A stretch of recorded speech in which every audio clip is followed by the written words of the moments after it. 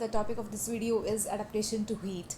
Heat के साथ human being कैसे कॉप अप कर सकते हैं, कैसे उसको अपने बाहर के टेम्परेचर के साथ अपने बॉडी का टेम्परेचर को एडजस्ट करते हैं, वो हम डिस्कस करेंगे इस वीडियो में। सबसे पहले तो जान लीजिए कि ह्यूमन बॉडी का जो मीन बॉडी टेम्परेचर होता है वो 37 डिग्री सेल्सियस या इसके +- 4 डिग्री सेल्सियस तक वेरी करता है। Majorly mean body temperature 37 degree Celsius रहता है। तो इसको मेंटेन करता है ह्यूमन बीइंग, क्योंकि ये एक वार्म ब्लडेड एनिमल है। तो ये बाहर के इन्वायरमेंट के टेम्परेचर के चेंज के साथ ह्यूमन बॉडी का टेम्परेचर चेंज नहीं होता है।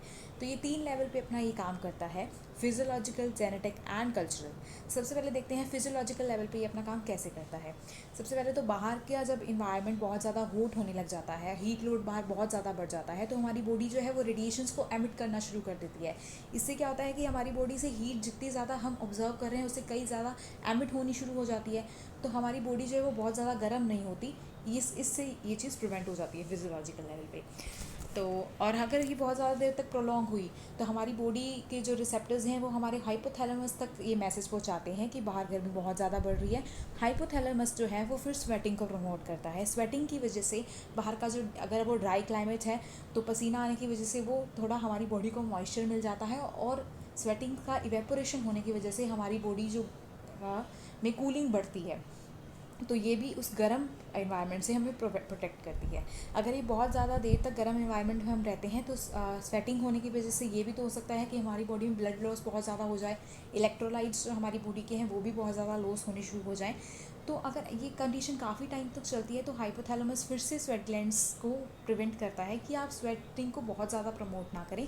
तो स्वेटिंग बाद में धीरे धीरे कम होती जाती है ज़्यादा देर भी हॉट क्लाइमेट में रहने पर। देखते हैं ये कैसे होता है।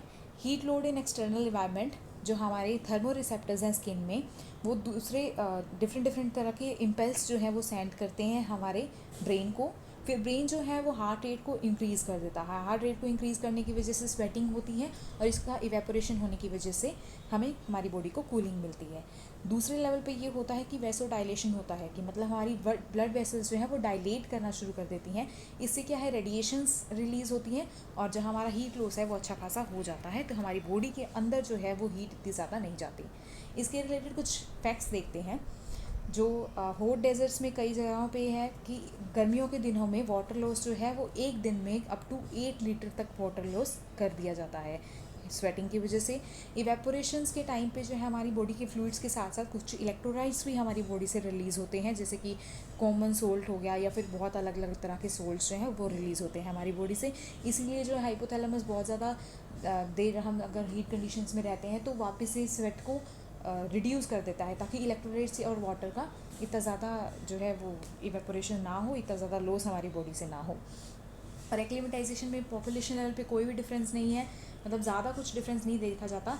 हर एक कॉन्टिनेंट्स की पॉपुलेशंस में एक्लिमेटाइजेशन का लेवल लगभग सेम सा देखा जाता है।